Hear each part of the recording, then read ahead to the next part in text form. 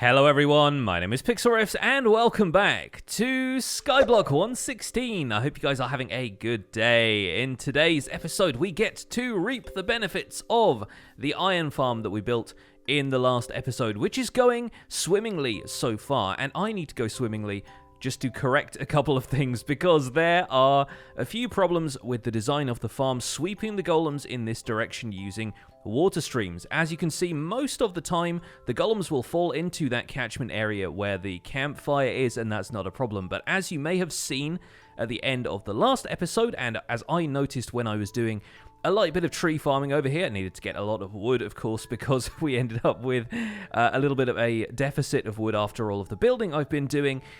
I realized that the golems are falling onto the surround at the end of here. They're kind of falling down onto the top of there. And yes, I did miss a slab in that corner. Don't worry about it. We'll be able to fix that as well. But sometimes the golems will spawn quite far over on this platform. And that means that they don't reach this corner before they get swept off the platform. And they land on the border of the kind of catchment area where the campfire is. And so what I'm going to probably end up doing is just trying to leap down into the water around there, which is why I've got very little of value on me right now. We can just swap all of our tools out for iron and stuff, and that's what we're going to do today. But I want to close up some of those fence gates and check whether the golems get caught on that or whether it just ends up with them being diverted down into the fence gates I want them to fall through. But check out this golem.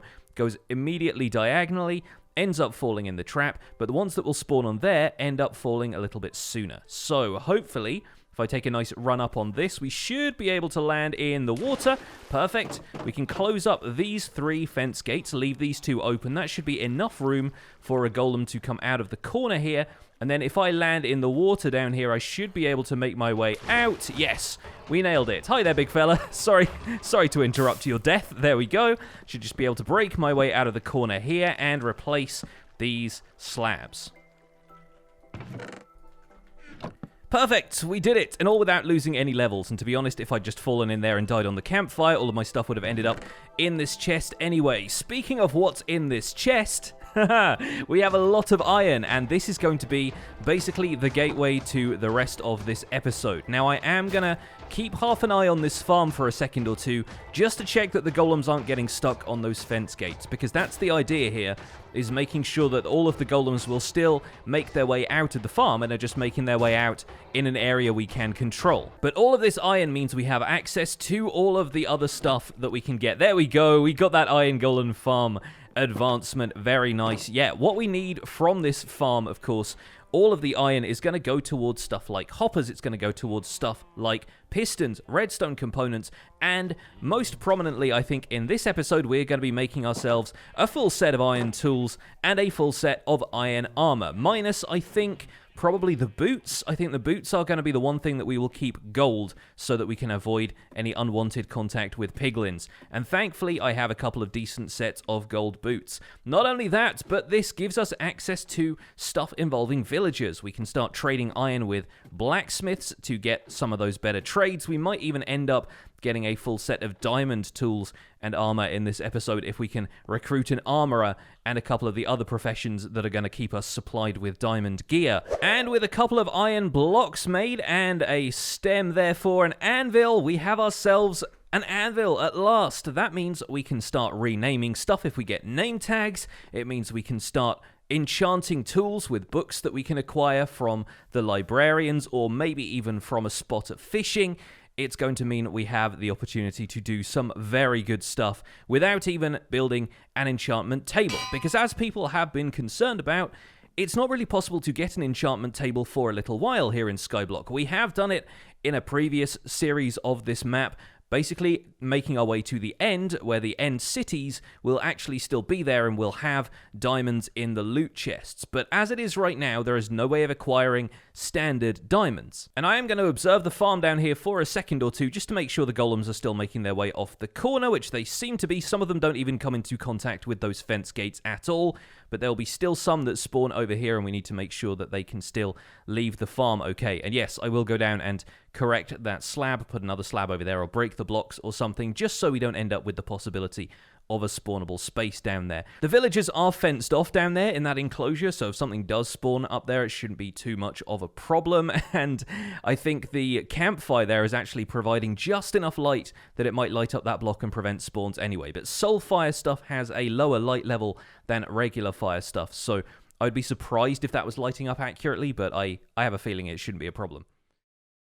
So there we go, it looks like the iron farm is working a little bit more accurately as a result. Hopefully we shouldn't see too many golems stuck around on the top of there. Let's get into making some of the other iron stuff that we need in this episode. For a start, I'm going to make myself an iron helmet, an iron chest plate, and some iron leggings, and we're going to switch over from all of this ragtag, chainmail, and leather stuff into a decent set of iron armor, plus, wherever I ended up leaving them, yes, some protection 3 gold boots. Feels good, and while that's still got only 18 durability left on them, we should find another set of gold boots that we can combine them with if we end up, you know, spending a little bit more time in the nether with the piglins or down here at the general mob farm. I'm also finally going to make myself a shield.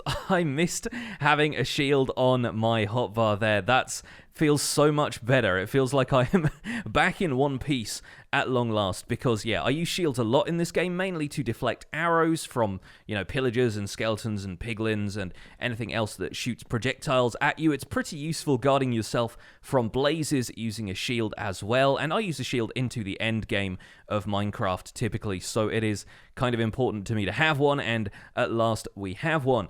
Last but not least, of course, I need to make myself a few sticks. We've been getting iron axes from that one toolsmith or weaponsmith, but I think it's probably time to make a couple of iron pickaxes. Oh yes, our first iron picks. It's amazing because I've been using stone this entire time and nothing has been able to trade me or drop me an iron pickaxe yet. We can also make some iron swords. Let me grab a few more sticks from here.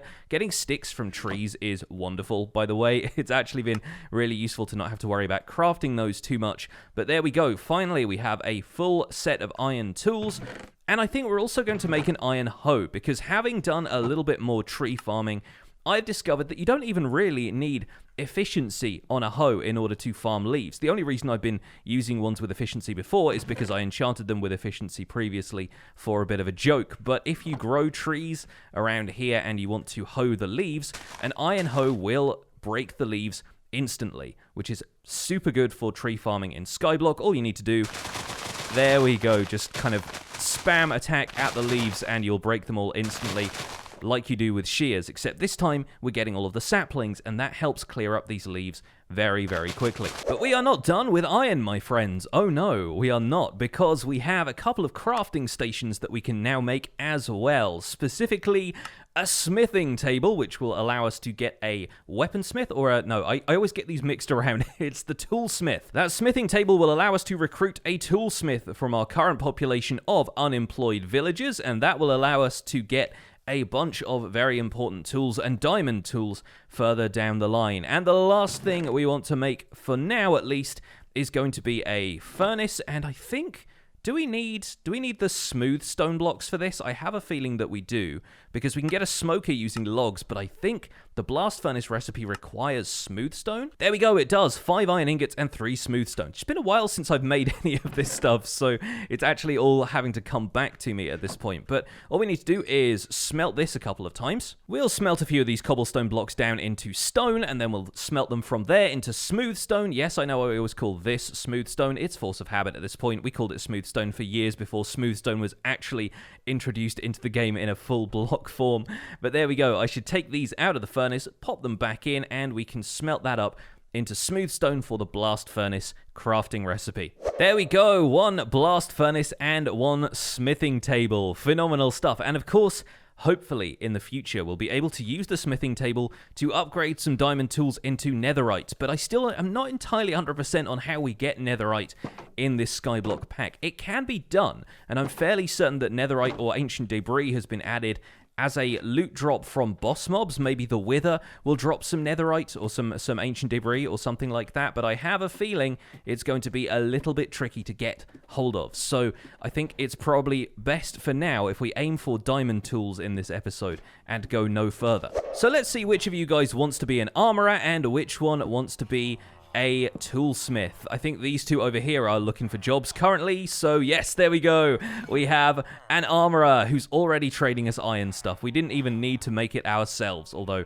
it might be a little cheaper if we do. And you are a toolsmith right now. I wonder if we can re-roll your trades to get anything a little bit better than stone stuff to begin with, or do you always start with stone tools? It looks like they do. Okay, we'll have to assess which ones of those I feel like trading a whole bunch of. The other option is a coal trade, but I have a feeling the coal trade is not going to be all that useful to me until I have a better with a skeleton farm anyway. So I guess we'll just stick with stone tools for now, and I can do a little bit of trading with the weaponsmith here, because now I can trade him 1 iron ingot for an emerald, which means I can get a bunch of emeralds from this guy, because this was one of the original ones that we cured, I believe, from a zombie villager. Now he wants flint. Now we can trade a bell, of course, as well. There are so many options here, but with one more trade at journeyman level, I'll just trade another iron axe from you. I'm fairly certain that gets you to the next level, the expert, and there it is. An Unbreaking 2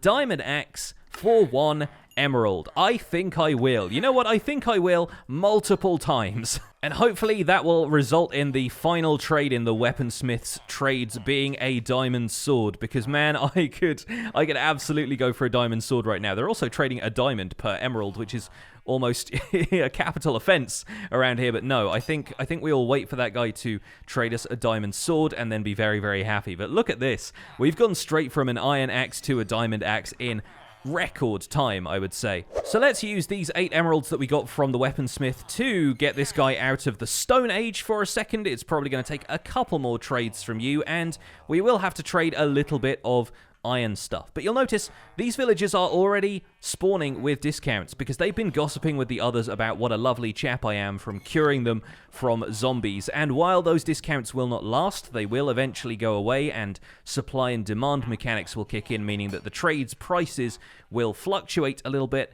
It is at least going to be slightly better discounts than we would get normally, and I have a feeling that sooner or later we'll be able to figure out a setup where we can zombify villagers and cure them again. Once we've got a steady supply of gold and potions and that kind of stuff, we should be able to get whatever prices we want out of these villagers in the end. But for now, at least, I can trade with the weaponsmith a couple more times. That gem on his belt should get upgraded into master status.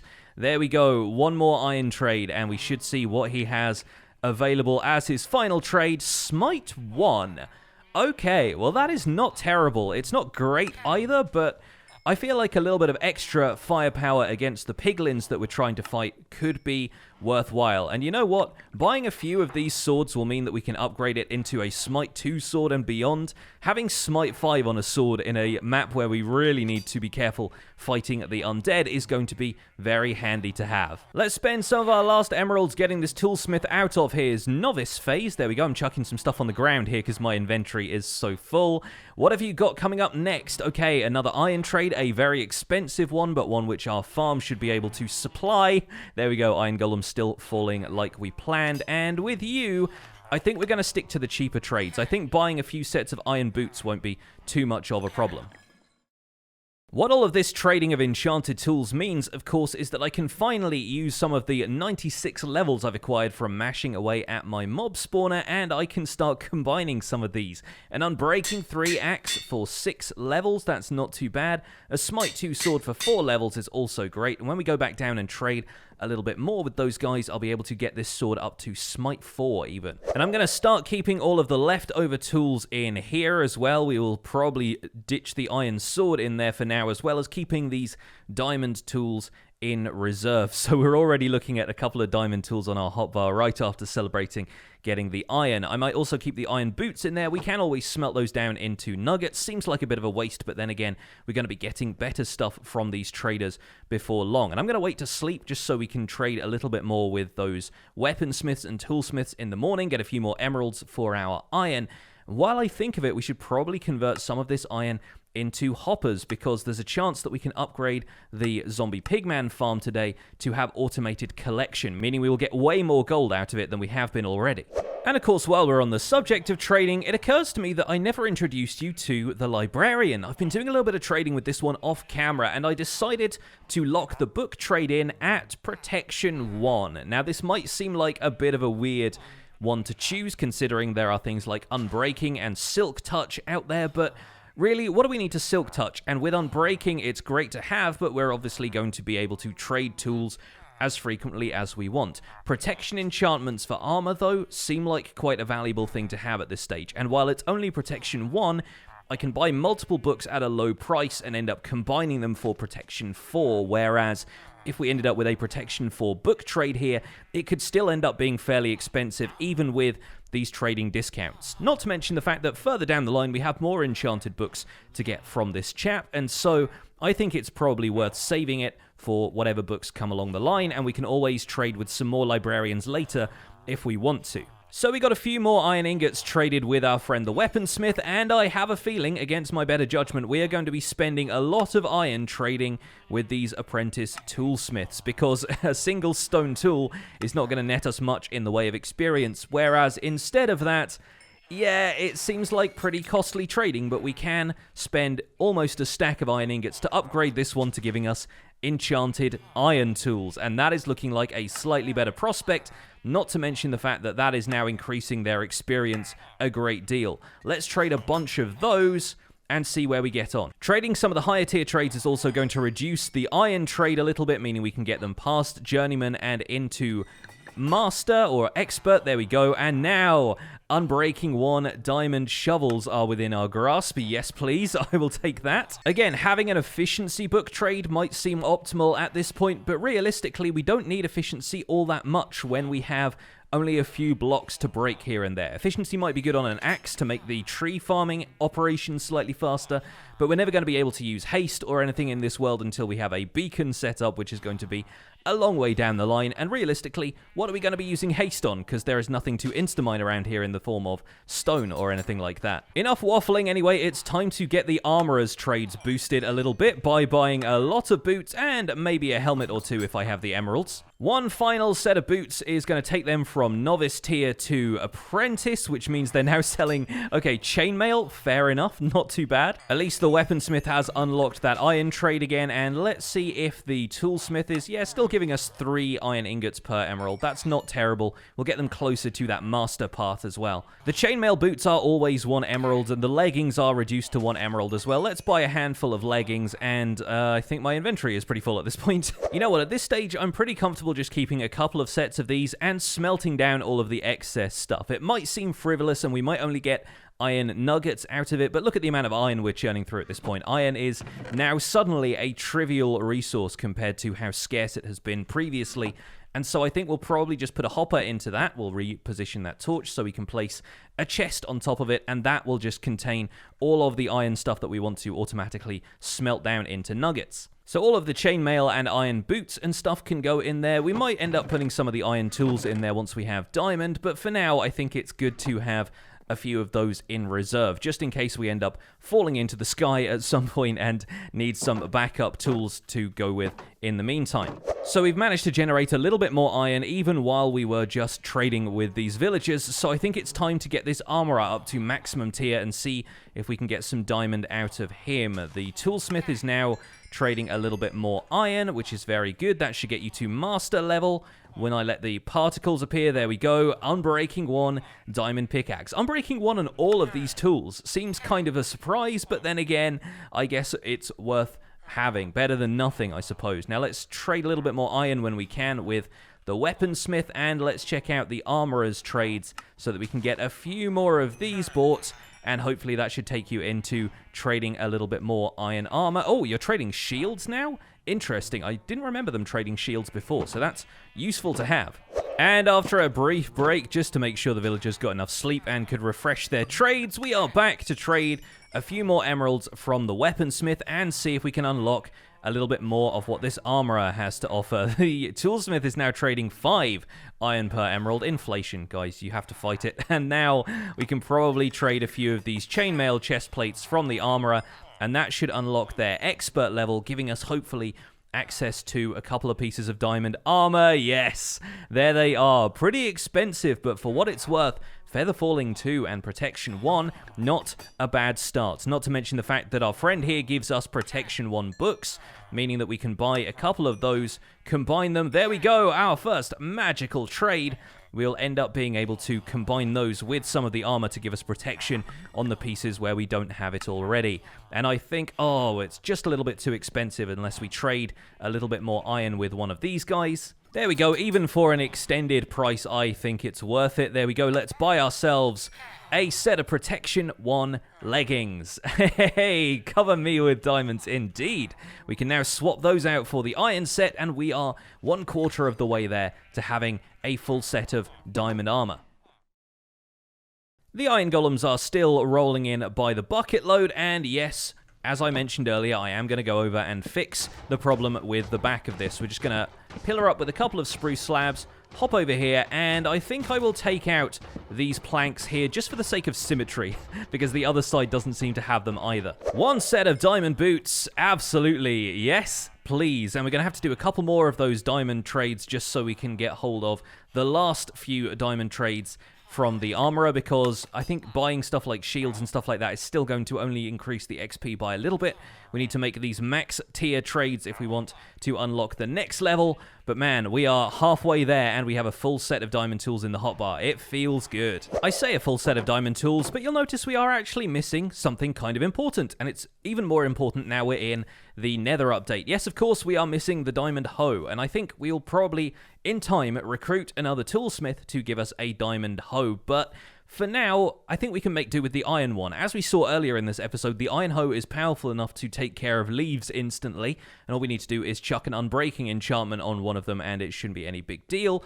I think we may even have an iron hoe trade from one of the toolsmiths already, and if we don't, we can get one of those pretty easily, so it should be simple enough, and sooner or later we'll get ourselves the diamond hoe as well. But for now, full diamond armor and this set of diamond tools is really what I'm after. Let's use some more of our levels to boost the protection enchantment on these leggings to protection 2, that's even better, and we could even put protection 1 on the boots, but I think I might wait and combine a few of those books, not to mention the fact that we'll probably end up using golden boots, or maybe switch to a golden helmet if the helmet trade isn't much from these armorers. But the finish line is in sight, folks. Just a little bit more trading and we should be good to go. Actually, it looks like the shield trade is still giving us a decent amount of experience, and I can always use a few backup shields, so that might be the thing that takes us over the line and into master territory for this armorer. It is projectile protection 2 and unbreaking 2 on the chest plate. That's an expensive chest plate, but you know what? I think I'll still take it nonetheless. Unbreaking 2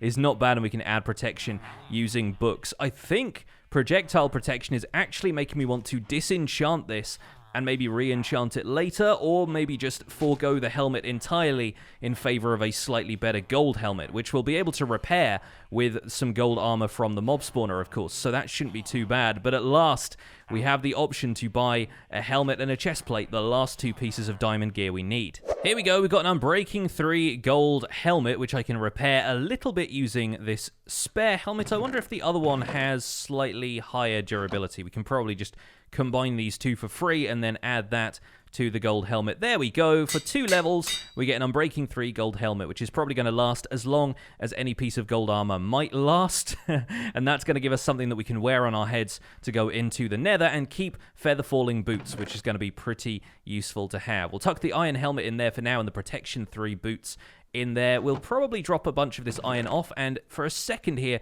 I'm just going to dip into the nether to replace those blocks underneath the gold farm with some hoppers, meaning that we can hopefully end up taking care of the zombie pigmen that way. And oh boy, is it a different feeling coming down into the nether with a full set of diamond stuff and even a smite sword, which is going to make this piglin killing process a little bit better. Now we can probably take out this block here. Oh, is that a piglin or a zombie piglin on the outside? I'm fairly certain it's a regular piglin. And we can take out these trapdoors because they didn't really do a huge amount for us. Let's put a couple of hoppers underneath here. Gonna have to break this wall in order to see behind there. There we go. And now I think I probably need to bridge out from here using these extra slabs I've got with me and just take care of the last few hoppers in the chain. I've just borrowed the trapdoor from the outside of here as well because it looks like I won't quite be able to see at the angle that I need to see, but if we place the trapdoor here, I should be able to get myself into a crouching position like so. There we go. Take out that slab there and then chain these hoppers into the ones next door. Perfect. Okay, we can take this trapdoor out and put that back. Break the slabs, put the walls back as well, and I think we'll probably break this slab here just to make sure I can access that chest. Now, that piglin down there is going to be taking a couple of hits. There we go. Take you out, and let's see if we can get these zombie pigmen mad at us once again. There we go. Hello, folks. This time, however, we should be able to gather up all of this gold very easily thanks to Smite on the sword, which is only Smite 2 right now, but will eventually be a lot more powerful, and all of the gold drops we're getting from these guys should end up in the chest. So with looting added to this sword further down the line, probably with an enchanted book, we should be getting gold by the bucket load. There we go. That's looking a lot better than the output we were getting previously. Some gold nuggets and some gold ingots even, plus all of the swords and stuff, and a slab that we left breaking in there. Fantastic. We got ourselves a few more gold ingots nice and easily, and all we need to do is reset this farm by walking back over here and walking back up to it, and we should have plenty of pigmen still mad at me. And while we're down here, I may as well answer a question a few people have asked me in the comments about why exactly we find regular zombies spawning in this farm alongside the zombie pigmen. You'll notice that they only start turning up when you start hitting the zombie pigmen though, and that comes down to the fact that zombie piglin's AI was originally basically just copied over from zombies, except with a neutrality clause added, meaning that the piglins are neutral to you until you end up attacking them in the first place or angering them in some way. And when that code was copied over, it seems like they left in the behavior that happens when you're on harder difficulties, that zombies spawn reinforcement zombies when attacked, and that behavior seems to have been just copied over to the zombie pigmen and never removed, which means that zombies start showing up when you attack zombie piglins because they are still trying to spawn reinforcement zombies. Back in the overworld, we can start smelting down all of those gold swords into gold nuggets. We've got 18 gold ingots, which is more than enough for a couple more golden apples and a little bit of extra rotten flesh that we can trade with the cleric. But I think the last thing we need to do is grab all of the iron back out of this chest and get ourselves those last pieces of diamond armor. Why, yes, I think I will take a few emeralds for iron. Thank you very much for asking. I think I'll probably take a few from you as well, even though those are pretty expensive emeralds at this point, because that gets us 24 emeralds, and oh, we're one short. Well, maybe he's just refreshed those trades. Nope, looks like we're trading with the cleric after all. There we go, a couple of rotten flesh trades, 27 emeralds. That is a diamond chest plate. Look at that, with Unbreaking 2 as well. 3/4 of the way there, and still with that gold helmet on deck if we need it. That's looking pretty swell to me. And 14 emeralds is the last thing we need. Let's get ourselves a diamond helmet. Look at that. Full diamond and basically full diamond tools, give or take the hoe, all in a matter of minutes thanks to trading with villagers. That is how you do it, folks. That is how we're getting diamond everything for the foreseeable future, and that is probably going to be it for this episode of Skyblock 116. I do hope you've enjoyed this look at getting diamond armor in Skyblock, and I hope you guys enjoy the rest of your day. Thank you so much for watching. My name has been Pixlriffs. Leave a like on this video if you enjoyed it, subscribe if you want to see more, and I'll see you guys soon. Take care. Bye for now.